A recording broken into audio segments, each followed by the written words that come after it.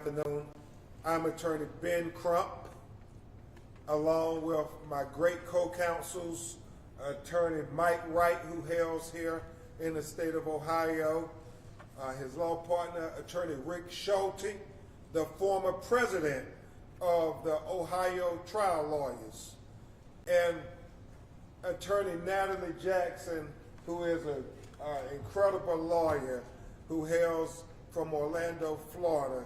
We are honored and privileged to represent the family of Andre Hill, his sister, Ms. Shauna Burnett, his sister, Attorney Michelle Harrison, his brother, our co-counsel, Alvin Williams, and his legacy. His only child, his daughter, Miss Carissa Hill. And she's here with her partner, Chris, and her beautiful little princess. Can you say hey? She's shy today. But we thought it fitting that she be here because, you know, really, when she grows up, she's going to ask what happened to her papa, Big Daddy, who adored his grandchildren. He lived in the house with his daughter and the grandchildren and helped provide for them, helped make sure they had a home that was filled with love. And when she asked about him, his daughter and their family would talk about this historic day. And that's why we come here to applaud the city leadership in exhibiting responsible leadership, to say that Andre Hill's life mattered, that his life mattered, and to send the message that we're better than this, America. You see, Andre Hill family, Attorney Wright, gets an opportunity to achieve something that most African American families never get a chance to achieve, and that is full justice. Full justice. You know, this civil resolution, which as we understand it, Attorney Schulte, is the highest amount ever paid out in a pretrial civil rights police excessive use of force case in the state of Ohio. And so Carissa can tell her 3 children that your grandfather made history today in partnership with the city of Columbus to say that his life mattered, that it would not be swept under the rug, that we will remember his legacy. The fact that you have this historic settlement, not just for the $10 million amount, but more importantly, Attorney Jackson, for the policy implications. The fact that Andre Hill's law will not only forever impact the state of Ohio, but because of the great work of Congresswoman Joyce Beatty, who is the chairperson of the Congressional Black Caucus, that Andre Hill's law, this requirement to have body cam video on when you have an interaction with a citizen will be part of the George Floyd Justice in Policing Act that the United States Senate is negotiating for President Biden to sign into law. Well, that is part of Andre Hill's legacy, thanks to the responsible leadership that comes from Columbus, Ohio. And I want to take a point of personal privilege, if I could, Carissa. I want to thank Congresswoman Joyce Beatty for her exceptional leadership. And we understand that her husband passed today. So with a heavy heart, as we recognize the legacy of Andre Hill, we want to thank her for being with this family from the beginning, every step forward from when this first happened to now. And so she's with us even though she's dealing with her own personal tragedy. We thank her so much. This whole family thanks her for her leadership. Full justice is not just about a civil resolution. And we thank Mayor Geether and the city leadership, the city council president Shannon, and all for their amazing leadership, because this is the first step to being able to get full justice. We're vigilant and focused that we also get criminal accountability. We have done what we can do. These great lawyers and myself, 7th Amendment allows for civil justice. The 10th Amendment allows for criminal justice. So we want the Attorney General of the state of Ohio to continue to make this historic moment for the state of Ohio, so all America can learn from Ohio.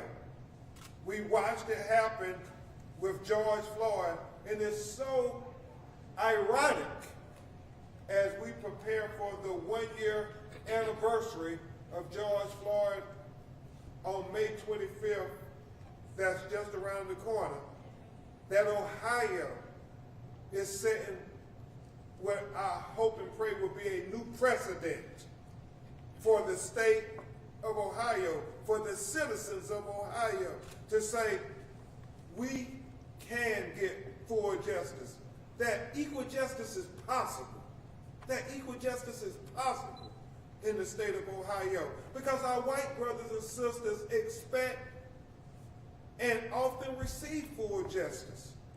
It's just black people in America have rarely received full justice, Carissa and Shauna, but your family, you all have an opportunity to receive full justice. That is civil justice, criminal justice, and legislative justice. Well, these policies that will not just impact your family, but hopefully will impact all the citizens in the state of Ohio when we have Andre Hill law passed and signed by your governor to say that we must have body camera videos on when you have interactions with citizens. And Sean and Alvin, that you must give life-saving medical assistance when possible to every citizen. That's black citizens, brown citizens, red citizens, white citizens, all citizens should be treated equally.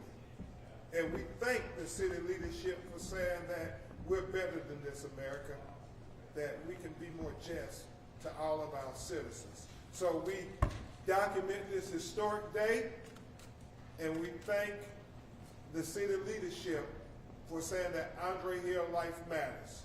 With that, you're going to hear from Attorney Mike Wright and Attorney Rick Schulte, Attorney Natalie Jackson, and then you will hear from the people who matter most at this day, the people who would define the legacy of their loved one. Because to us, it's a case. Andre Hill has become a hashtag. The video has went viral. But to her,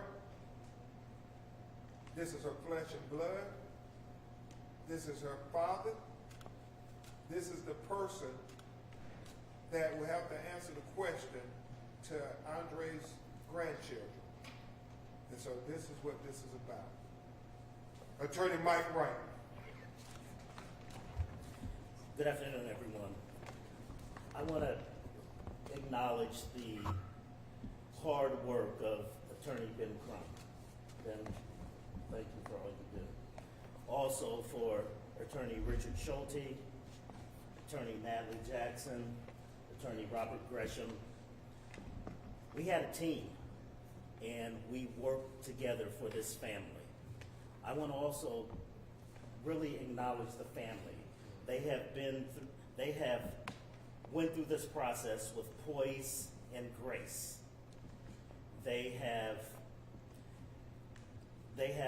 really, this is really a beautiful family, and this is a very tragic situation. Although, you know, the civil resolution is a great thing, as Attorney Crump indicated. When all this is said and done, this family is still going to be here. I praise this family for unifying and for carrying I praise this family for unifying and also for being together and really supporting one another. I also want to thank the City of Columbus for their leadership, as Attorney Crump indicated. They did the right thing. They absolutely did the right thing. This family can now start the healing process as it relates to this portion of the case. But as Attorney Crump also said, this is not over. We want the Attorney General to vigorously pursue the prosecution, the conviction of Officer Coy, and this family will be standing together and making sure that they get full justice. Thank you. And I just want to acknowledge, again, Attorney Mike Wright and Attorney Rick Schulte, some of the best lawyers in America, and certainly the finest lawyers I've worked with here in the state of Ohio, who work night and day in this negotiating this historic resolution. It could not have been done without their commitment to excellence. So thank you. Yeah. Attorney Rick Schulte. I'll just be brief. As a trial lawyer, you learn that leadership requires that you deal with failures and you deal in truth. Okay? The City of Columbus stepped forward and they dealt with their failures and they dealt with the truth. They had a choice. They could have ran and hid behind the law. They could have delayed justice for this family. And they chose not to. They stepped forward and they decided to acknowledge their failures and do the right thing before they ended up in a courtroom. And they need to be applauded for that. It helps this family in their healing process, and was the right thing to do. It's a step in the right direction. And I'm just honored to be on this legal team and help this wonderful family. Thank you from the bottom of my heart. Thank you, Rick, for being a good anchor for the legal team. You and Mike, I mean, I can't say enough good things about you all. What fine lawyers we have here in Ohio that really help set the example for the nation. So thank you. I can't say enough about the calming effect that Attorney Natalie Jackson had with this whole family, but especially Carissa. Those nights when she called crying, said they took my dad. They took my dad. It was oftentimes Attorney Jackson counseling me said that, hey, we have to not just be technical, we have to understand over and over again that he meant the world to his little girl. And I can never overstate her importance to this legal team and making sure everybody was unified and kept up to speed, especially when I got busy, when Mike and Rick got busy. Natalie always sacrificed her time, night or day, to be here for the family. And she did it with Trayvon Martin's family when we worked together, and so many other families. So this sister is one of the best lawyers in America, and I'm so proud to call her my co-counsel, Attorney Natalie Jackson. Thank you, Ben. Thank you, Mike. Thank you, Rick. I think that the most important thing that we need to talk about, now that we've talked about the restitution to this family, which is owed, is the policy and the justice part. And that comes from the activists on the front line. So one thing that we always want to do when we're in these cases, I know with Attorney Crump, he is always saying, let's remember the activists, because without them, we couldn't do the job that we do. We go to the court, but they go to the streets, and we really appreciate all the work that they do, and they help not only to get the restitution for this family, but the policy and the justice for society. So what we see now in the George Floyd and Policing Act, we see the Andre Hill law being incorporated into that. Where now, when police officers encounter a citizen, they have to have their cameras on. There's no more excuses to have your cameras off. So we'd like to thank, I think on behalf of the team, and I know Attorney Crump is really, this is one of his passions. And his passion is that we change society and we make it a more just society for everyone. Thank you all for coming. Thank you for the family. Thank you for this team and allowing me to be a part of this team. I really love you all. Thank you, Attorney Jackson. And now we will have Andre's oldest sister, Miss Shauna Parker. the matriarch of this. Hi, everybody. All right. Thanks for coming. One of the things that I wanted to just talk about was my memory of my brother. Today does mark a historic day for us. It's a joyous day, but it's also a sad day too because he's not here. He's always been the person who cared for everybody, made sure everybody had everything they needed, wanted. If they didn't, he would find a way to do it. So with him not being here and being able to comfort us and to take care of us, that hurts my heart that he's not here. But those are some of the fond memories I have of him as far as taking care of us and always being there for us, and most definitely for his daughter, Carissa, and his grandbabies. He loved his kids and his grandkids so much. And of course, the whole family as well, because like I said, he looked out for everybody, not just brothers, sisters, aunts, uncles, cousins. It didn't matter, whoever needed something, he was there for them. So this today actually marks another portion of where he's still here with us, just not physically, but he's still here with us. His legacy is going to live on. The money is a good thing, but having Andre here would be better. But it is, I mean, it just is what it is. So I'm happy about that. As far as there will be his Brittenell Recreation Center, the gymnasium in the center is actually going to be renamed Andre Hill's Gymnasium, I believe, and I'm really excited about that because this is the community that we grew up in, and he loved his community just like he loved his family. Brittenell is like a really special community that we all grew up in, so everybody, even though they're not family, they're extended family. So this is the place that he grew up, he loved, and he would always bring the kids there as well. So we're really excited and happy about that too, because again, that's another part of him that's going to live on. So even when the grandbabies get older, they'll be able to go there and recognize what this means. And then as far as Andre's law, I'm excited about that. I'm happy that it has been put into place because body cameras need to always be on when the officers are on the scene. Before they step out of the car, they need to be on. And like Natalie said, no more excuses, no more names.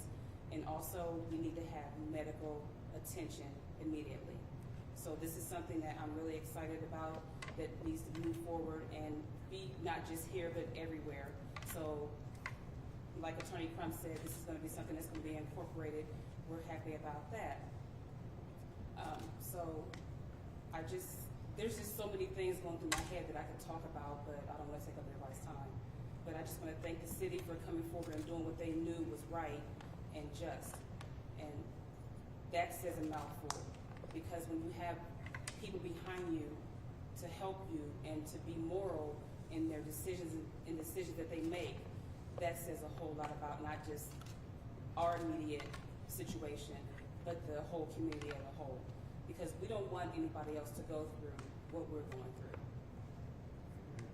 Thanks. Thank you so much, Shauna. Very heartfelt. Now this next young man is his Andre's brother, but he really has been like a co-counsel.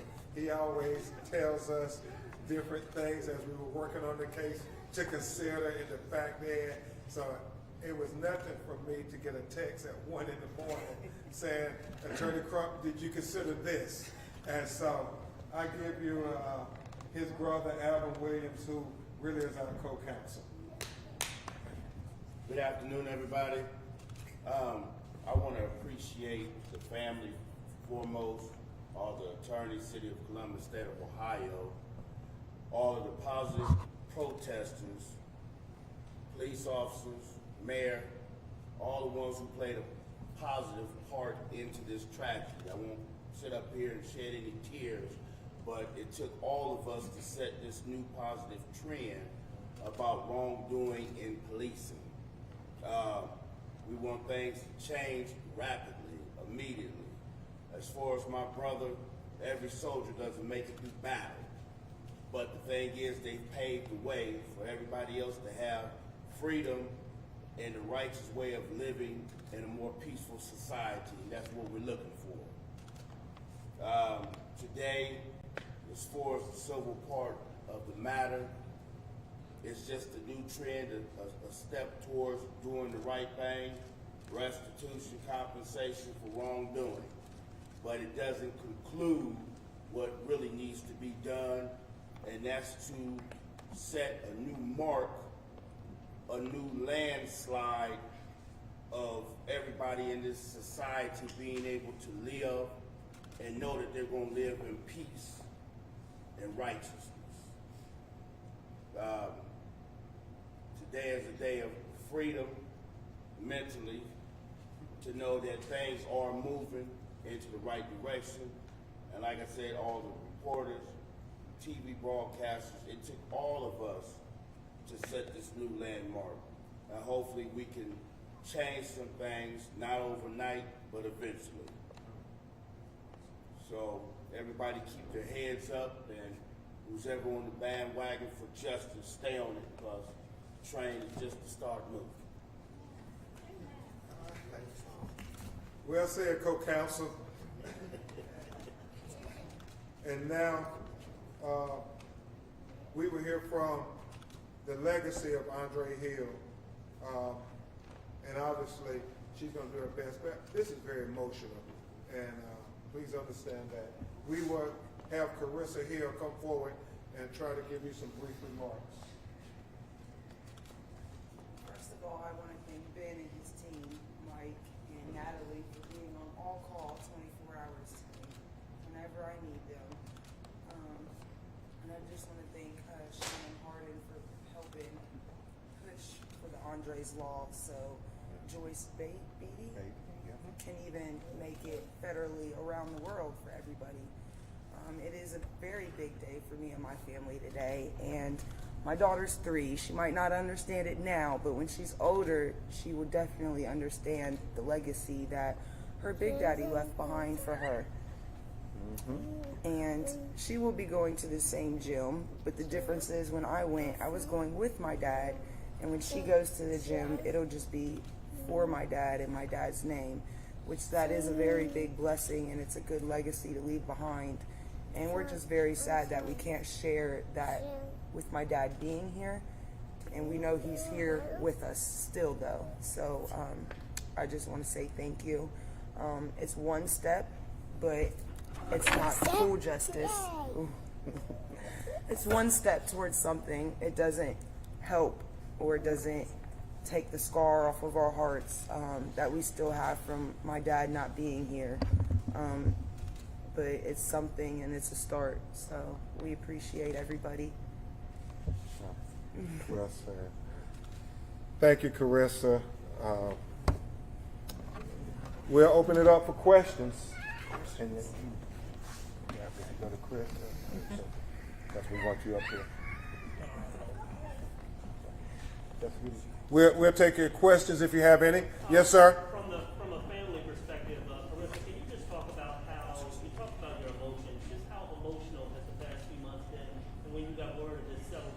what was going through your head? What are some of the discussions that the family was having? Well, it's very emotional because every day you turn on the TV, you see a new killing. So it re-triggers because no matter how it happened or justified, non-justified, you see it and it brings back a trigger that my dad's not here. We really haven't had no discussions or anything farther past that. It's just all kind of coming to us. So. Are you surprised that the city, you know, and this is a question for the family and attorney, are you surprised that the city settled so fast? When you're talking about $10 million, that's a pretty quick settlement for so much money. All right. And I'll go first, and I will let Mike and Rick also chime in if they so choose. I think, as Attorney Wright said, it was the right thing to do. There was no way to justify this unjustifiable killing. He was holding a cell phone. It was a 311 call. As his partner testified, she did not feel in fear of his life. What was it? Was it his skin color? Why would you shoot a man who you were confronting for a 311 call? Not a 911 call. Nobody had calls saying there was something nefarious or criminal or evil going on. Why did they approach Andre Hill with this aggression to where this officer said, I'm going to use the most excessive force to kill him and take him from his family? So I think the city, and we applaud them for saying, as Attorney Schulte said, we're not going to delay this thing. Everybody knew that this was wrong. And in the face of wrong, what do we want responsible leaders to do? What do we want the example to be for our children? When you see wrong, then your obligation is to do right.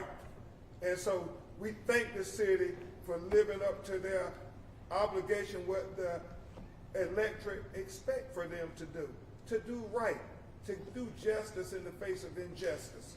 And I would defer to Rick and Mike. I don't think there's a whole lot more to say on it.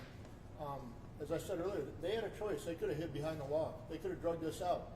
And the family gets re-victimized over and over while a bunch of attorneys argue about what's right. Okay?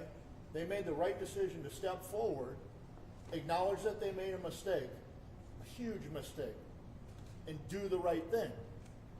Frankly, more cities in this country should do it. Okay? And they're not.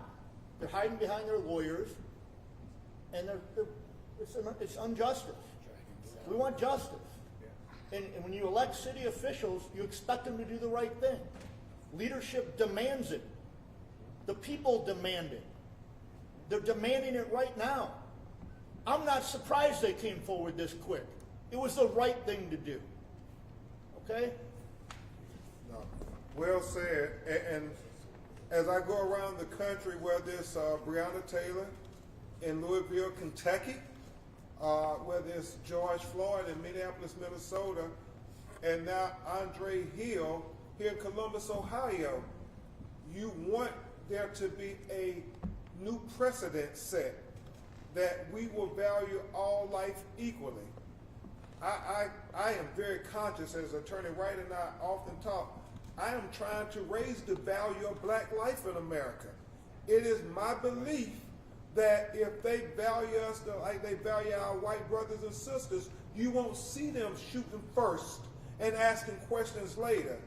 As Justice Sonia Sotomayor of the United States Supreme Court, that makes the Fourth Amendment ring hollow. If you're going to allow them to shoot certain people and then think about it later, we see example after example where they don't do that to our white brothers and sisters. They don't shoot first and ask questions later. But them shooting an unarmed black person is almost like a cliche in America. And we have to change that narrative because we love our children and our families just like you love your children and families. And we're not asking for anything extraordinary.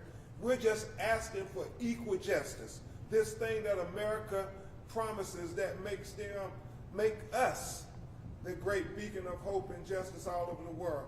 Equal justice under the law, liberty and justice for all. Well, Andre Hill is included in that all.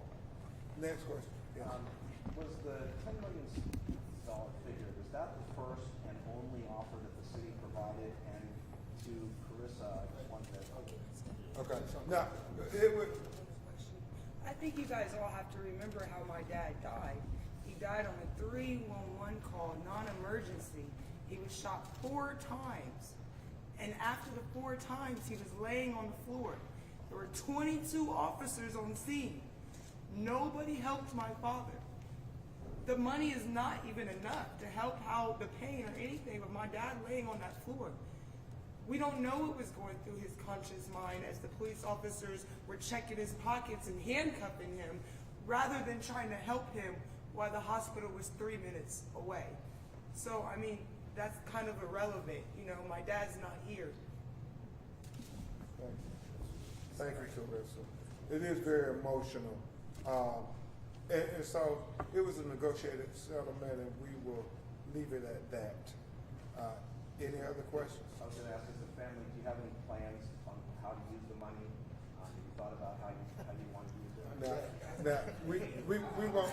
No, we won't address that. They will do what is appropriate. I would just say this respectfully, sir, and I don't mean anything by it. I just have never heard when a white family settles anybody say, well, what are you going to do with the money? And so we don't want it to be a double standard where black people recover a civil settlement under the 7th Amendment that, you know, they will do the same things that I think most Americans would do. They would try to use it responsibly to honor his legacy. They're going to keep pushing the policy. They're going to keep pushing the policy because it's not just about Andre Hill. It's about, unfortunately and regrettably, the next Andre Hills if we don't do something about this. What about the dozens of black people who have been killed in this city who was swept under the rug? They're trying to prevent that from happening. I think that's what Shauna and Alvin and Michelle collectively said when we first sat down with them. And Carissa, I mean, she never mentioned anything about money when we first talked. She talked about Andre's law. I mean, from day one, that's what she said. I want a law so my father's legacy will live and his death won't be in vain. Attorney Crump, did your negotiations touch with the city at all on things that the city needs to do to change the police department in terms of its policies?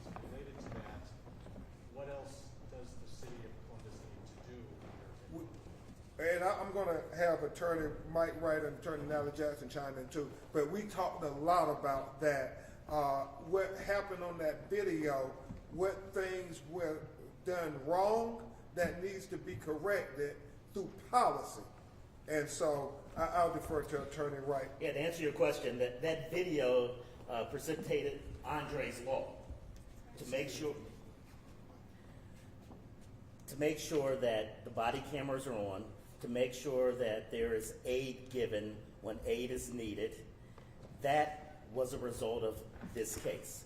That was a result of us negotiating with the city. So it wasn't only about monetary compensation. It was about systemic change in the department so that we won't be standing here again talking about how another young man was shot and killed in Cincinnati unjustly, in Columbus unjustly. And also, Mike, about looking at their records, because we talked about that a lot with Right. this history. Right.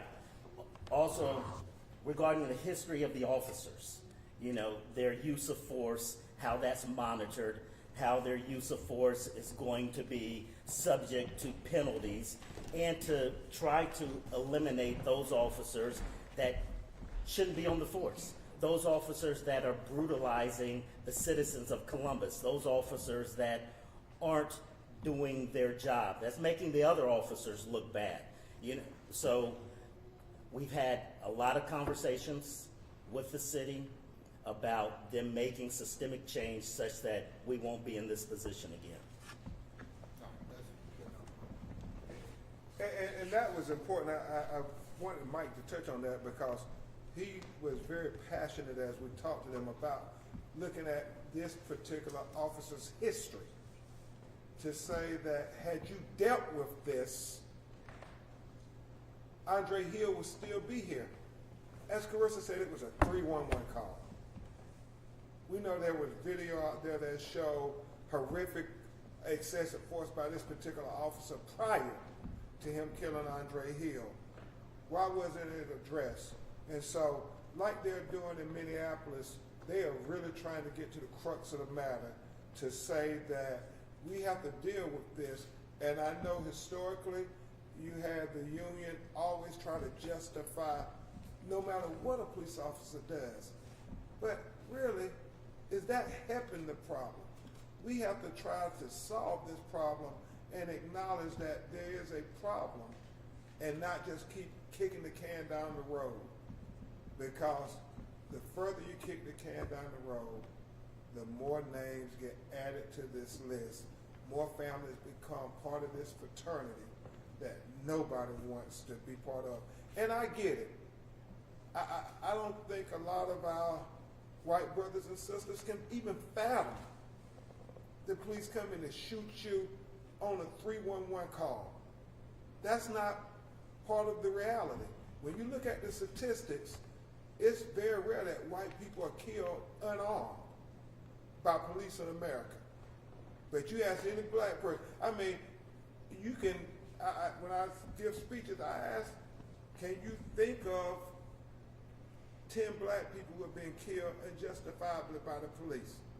And people don't have to think hard in the audience. They say, you know, George Floyd, Stephon Clark, Breonna Taylor, Alton Sterling, Philando Castile, you know, Atiana Jefferson, Pamela Turner. And they just run down the list of black people, John Crawford, black people who have become hashtags. And then I say, now tell me how many white people you can think of that have been unjustly killed by police in America. And it's silence. Crickets. Because that's not the reality of our white brothers and sisters. But every black person to a warrant, they understand Andre Hill being killed in this manner, and they say, but by the grace of God, that could be me or my family. Every day, we think about that. So that's what we're trying to prevent, y'all. Hopefully, we can come together and say, America, we can be better than this. I believe that in my heart.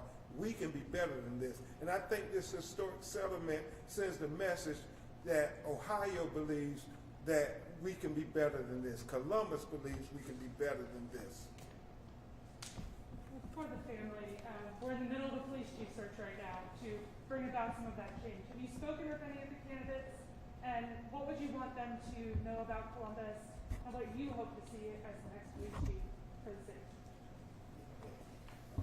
Yeah, I mean, I have seen where they are looking for the next police chief, and of course, the first thing that we want to talk about is the records, the systemic racism, separating the bad ones from the good ones, and just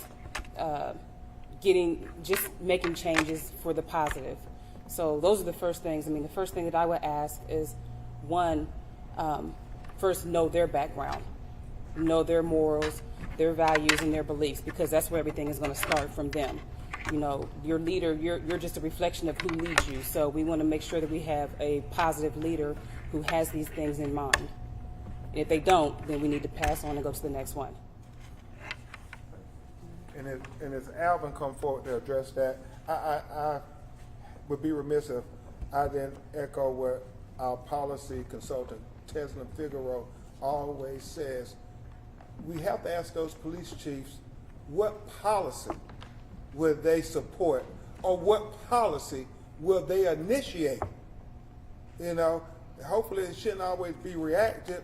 Let's be proactive. What policy, new chief, would you recommend to prevent Andre Hill from happening in the future? I like to give a lot of thanks to the Mayor Githens to have the courage and the heart to actually see that there was an underlying, deep-rooted problem in the police department. This is nothing new that from the present to the past, other mayors, police chiefs did not recognize. This problem has always been there, but it took the one to have enough guts and courage to go against the grain to get a lot of these things to take place as far as a big change, to get the city of Columbus to be able to recover, I would say. One of the things also is that as far as the policy, is that the policy needs to be totally reviewed. And when you see these type of situations going on, whoever would reject something that's out of line or whatever not to be reviewed, I feel that they actually have the problem. So let's go ahead and get deep down to the problem, that we can all see what's going on and start from there. Once you start from there, then you start cleaning house. You start cleaning house of the ones who don't want to follow the rules, the ones who feel that they're above the law. Let's start there. We'll take just one or two more, and then we will end the press conference. Anything else? If not, Carissa, I think you should have the final word. What do you want to see on the gymnasium wall? You told me earlier. My dad's face. You want- Andres Hill's face on the gymnasium wall, since the gym is getting renamed after him. That was the gym he always took me to when he played basketball, Easter egg hunts, and all the fun things that the recreation center used to do. So hopefully a mural or artist can surface and get that done for me. That's just one final request that Carissa has. But thank you all for the city of Columbus making history today. Thank you.